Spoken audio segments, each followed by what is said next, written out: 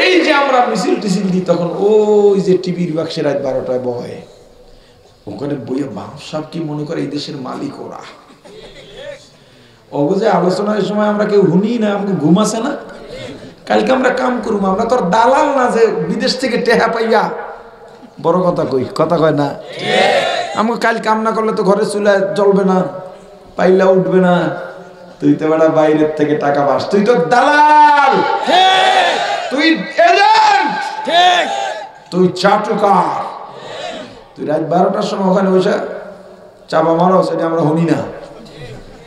আমরা দেশের মানুষ, খেটে খাওয়া মানুষ, কৃষক, দিনমজুর, শ্রমিক, এরা কাজ করে এই দেশকে সমৃদ্ধের পথে এগিয়ে নেয়। এই গরিব মানুষগুলো, এই দেশ দাঁড়িয়ে আছে এই গরিব মানুষদের ঘামের বিনিময়, রক্ত পানি করার বিনিময়ে এই দেশ দাঁড়িয়ে আছে।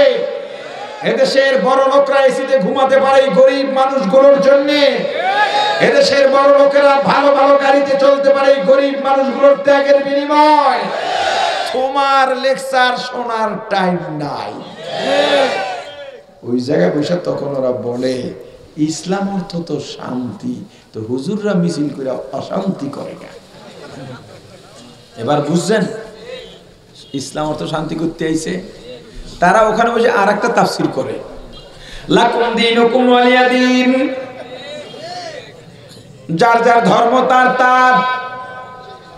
এটার আপডেট তাফসীর ভার্সন, ধর্ম যার যার, উৎসব সবার। কয়েকদিন আগে এক মধু ব্যবসায়ী মৌলবীরে দেখলাম, বাদাম ব্যবসায়ী, এটা কোথাও লেকচারে বলতেছে ধর্ম যার যার, উৎসব তো আবার কোরআনে আছে।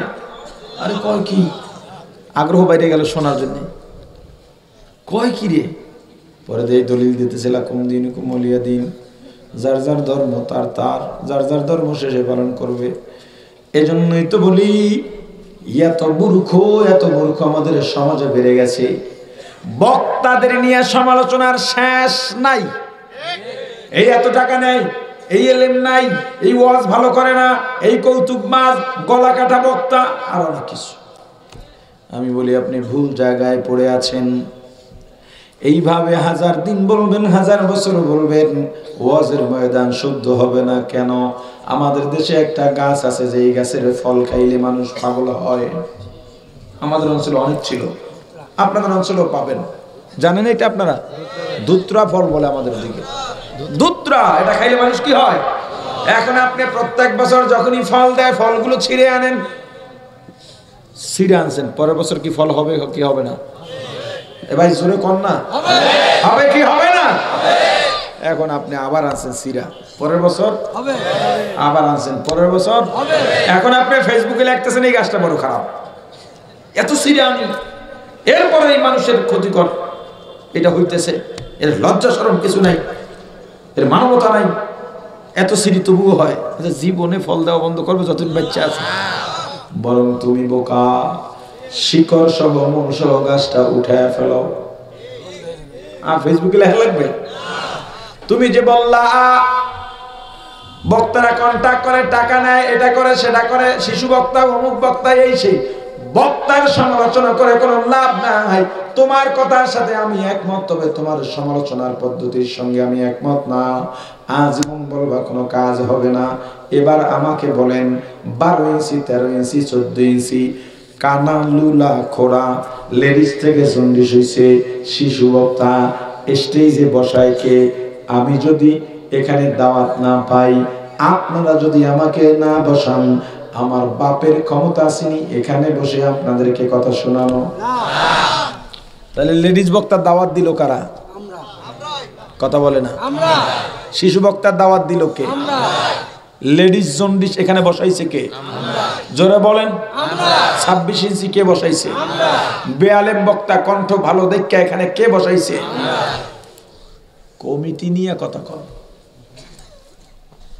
কমিটি নিয়ে কথা বলেন। এই মাহফিল কমিটিকে আমি পরামর্শ দিয়ে যাব। আলোচনায় হয়তো কমিটির কেউ বলেছিলেন আমরা তো প্রধান বক্তা 10টার পরে বসাই বা কিছু 12 পরে বসাই। রুসুমটা কেমন হয়েছে? আপনারা আগামী বছর মাহফিল করেন, যাকে দাওয়াত দেবেন, যদি মনে করেন না মেজবা হুজুরে আরেকবার দাওয়াত দিতে চাই, দিনে করেন, না হয় এশার নামাজ পড়েই আমি বসবো, আমি শেষ। আমার জায়গায় অন্য কাউকে দাওয়াত দিলেও এশার নামাজ পড়েই তিনি বসবেন, তিনিই শেষ। রাত 9টা 9:30টায় মাহফিল শেষ, মানুষগুলো সুন্দরভাবে গিয়ে কাজ বাজ সেরে ঘুমোতে পারবে। 12টা 1টা পর্যন্ত মাইক চলে। মিয়া, আপনি কি এই এলাকার মানুষের ঘুম ভাঙার অধিকার আপনাকে কে দিয়েছে? মানুষকে কষ্ট দেওয়ার অধিকার আপনাকে কে দিয়েছে? দিনের কথা বলবেন, দিনের ফায়দা যদি না হয়, আরে মিয়া আমাকে বলেন, দুঃখে কলিজাটা ফেটে যাচ্ছে, আমাকে বলেন এই কোনা বাড়িতে মাহফিল এই একটা না আরো হয়? হ্যাঁ, কয়টা? 5টা, 10টা, 20টা, সবখানি মসজিদ আছে কয়টা? আচ্ছা, কোনা বাড়ি বাদ দেন, আমবাগ 27টা, আমবাগে 27টা মসজিদ, 10 নং ওয়ার্ড, আমবাগে 27টা মসজিদ। চিন্তা করেন এবার, আমবাগ একটা ওয়ার্ড, 27টা মসজিদ। এই আমবাগে কয়টা মাহফিল হয়? কোন 25টা অলরেডি হয়ে গেছে। এবার আমাকে বলেন, এই 27টা মসজিদে গত 1 বছরে, এই 27টা মসজিদে গত 1 বছরে তবলিগ চরমনাইতে যাওয়া ছাড়া 1 বছরে নতুন কয়জন মুসল্লি বাড়ছে? কথা বলে না, কম কি? একজনও বাড়ছে? পারেন দেখাইতে? একটা মাহফিলের পরে 2-4 জন মুসল্লি যদি নতুন না বাড়ে, 5টা মহিলা যদি খাস পর্দায় না ঢোকে, 2-4টা যুবক যদি দিনের পথে চলে না আসে, ওই মাহফিল দিয়ে কি ফায়দা বলেন? একটা প্রথা বানিয়ে নিয়েছি আমরা, মাহফিল হয়, মাহফিল করতেছি, সুরওয়ালা বক্তা ছাড়া দাওয়াত চলে না। এই যে আপনারা এত মানুষ আইছেন, আমি কি বোকা? আমার চেহারা কি সুন্দর যে দেখার জন্য আইছেন ইসুফ নবীর মতো? আপনারা আইছেন, আমার একখান ট্যাপ আছে, রেকর্ডার সাইডে দিলি ভাল লাগে শুনতে না? এই কণ্ঠ দিয়া কোনো লাভ নাই, কোনো ফায়দা নেই। আপনারাই বসাইছেন।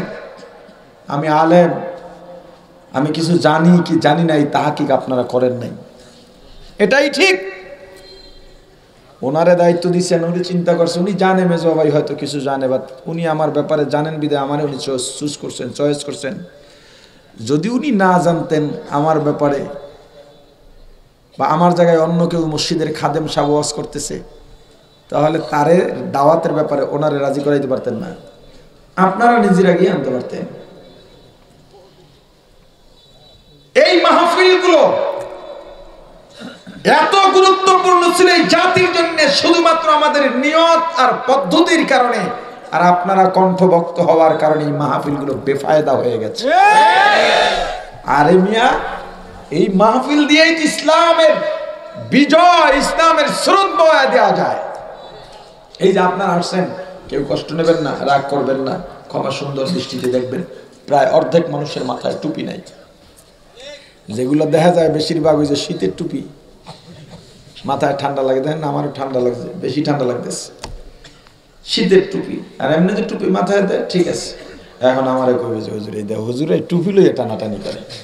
এই মোল্লারা এখন ঐক্যের সময়, এই দুঃসময় ঐক্য থুইয়া টুপি লইয়া ইখতিলাফ করে, দাড়ি লইয়া ইখতিলাফ করে। তুমি কোন জায়গার কোন হনুরে? হ্যাঁ, তুমি জানো কিছু? শোনো, আজকে আমার আলোচনাই এইটা। তুমি টুপিকে অবজ্ঞা করো, তুমি ছোট ছোট সুন্নাত এটার অবজ্ঞা করো, ছোট ছোট গুনাহকে তুমি কিছু মনে করো না?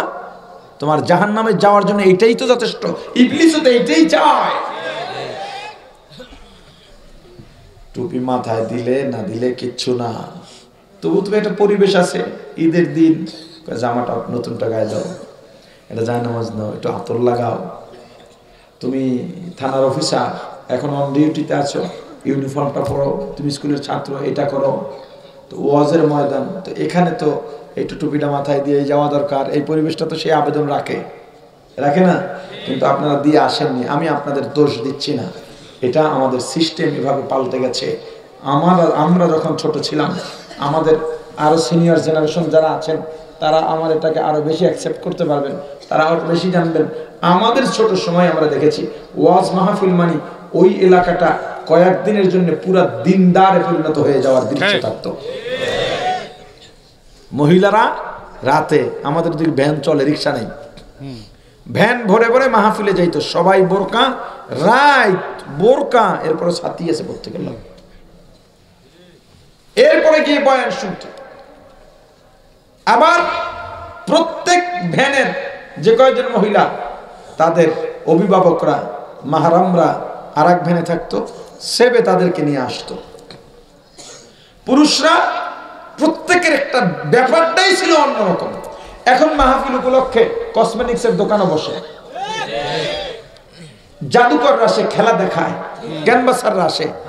আর আমাদের সময় আতর টুপি, এই মানে দিনই সামগ্রী ব্যতীত কোনো দোকান দেখতাম না। এই খাবারের টাবার চটপটি এগুলো থাকতো। আর এখন কোথায় গেল সেই দৃশ্য? এখন মাহফিল, আর আগে মাহফিল 9টার পরে আর হইতো না। এটা আমার আলোচ্য বিষয় না, কিন্তু এটা একটা ফুরু ধরা যায়, একটা অঙ্গ ধরা যায়, অংশ থেকেই মাহফিল আলোচনাটা আসছে, প্রয়োজনের বাইরেও নয়। আলোচ্য বিষয়ের প্রাসঙ্গিক নয়, তবে আলোচনাটা প্রাসঙ্গিক এবং দরকার। এখন মাহফিল শেষ হবে, মহিলারা কোন দিকে কোনো খবর নাই, সব একাকার হয়ে যায় মাহফিল ছাড়ার পরে। আমরা তো গাড়িতে যাই, দেখি তো অবস্থা। এই মাহফিলগুলোকে কার্যকরী করার উদ্যোগ নিতে হবে এই যুবক তোমাদের। আমার সহযোগিতা চাও, আমি করব।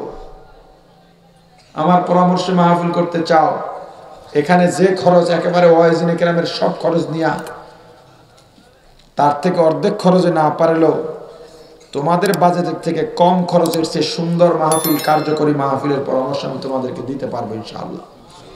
ব্যবসায়ী ভাইয়েরা, এরা চাইলে গানের আয়োজন করতে পারতেন।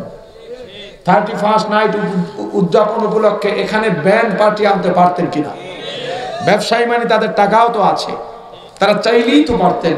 মাহফিলের আয়োজন করেছেন, খরচ করতেছেন, এরপরে যে একটা পেরেশানি তাদের মাথার উপর দিয়ে আজকে গেছে, এরপরে তারা দিনের আয়োজন করতেছেন।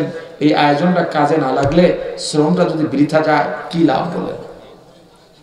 মাহফিল উপলক্ষে অনেক স্বেচ্ছাসেবকরা মাহফিলের দিন নামাজ পড়ে না, সুযোগ পায় না। আমার শায়েখ মুহিউস-সুন্নাহ আল্লামা মাহমুদুল হাসান হাফিজাহুল্লাহ বলেন, মাহফিল আয়োজনে, মাহফিলের কারণেই যদি কারো একটা ফরজ ছুটে যায়, ওই মাহফিল করাই তো হারাম। আমি মাহফিলে আগে যখন মাহফিলে থাকতাম, শেষ করে রাতে গাড়ি পাইতাম না, তখন নিজস্ব গাড়িতে মাহফিলে যাওয়া, ওরে আল্লাহ, তো চিন্তাই করা যেত না। ফজরের সময় মুয়াজ্জিনকে, হুজুর সামনে যান। না রে ভাই, আমি ইমামতি সহজে করতে চাই না, ইমাম সাহেবকে দিয়ে নামাজ পড়াও। আরো যেহেতু নির্দিষ্ট ইমাম আছে, বসে রয়েছে, ইমাম আয় না, 15 মিনিট রক্ত আমার ফোর্থ হয়ে যাবো, দাঁড়াইলাম, সালাম ফিরাইয়া মুয়াজ্জিনে ডাক্তার, ইমাম সাহেব কই? কয় কালকে হুজুর সারাদিন মাহফিল গেছে, অনেক কষ্ট না, হুজুরের ইমাম সাহেব নামাজে যাইতে পারে নাই। এখানে যারা 5 ওয়াক্ত মুসল্লি নামাজি, 12টায় ছেড়ে দেব, আমি তো সংখ্যায় আছি, 11টায় ছাড়লে এদের অবস্থা জানি কি হয়। 12টায় ছেড়ে দেব। অনেক নিয়মিত নামাজির নামাজও কাজা হওয়ার সংখ্যা আছে। যারা নামাজ পড়ে না, ওরা তো পড়বেই না। মাহফিলের পরের ফজরে মুসল্লি বাড়ার কথা না কমার কথা? কথাটা মিলাইয়া দেখেন মিয়া, দুঃখ কষ্ট আবেগ নিয়ে কথা বলতেছি, অন্তর থেকে দরদ নিয়ে কথা বলতেছি। এই মাহফিলের পরে আপনি এলাকায় ঘোরেন, দেখেন মুসল্লি অন্য দিনের থেকে মাহফিলের পরের ফজরে মুসল্লি কম। দৃশ্য পরিবর্তন হয়ে গেছে। আল্লাহ আমাদের বোঝার তৌফিক দান করেন। আমিন। আলোচনা বলেন আমিন।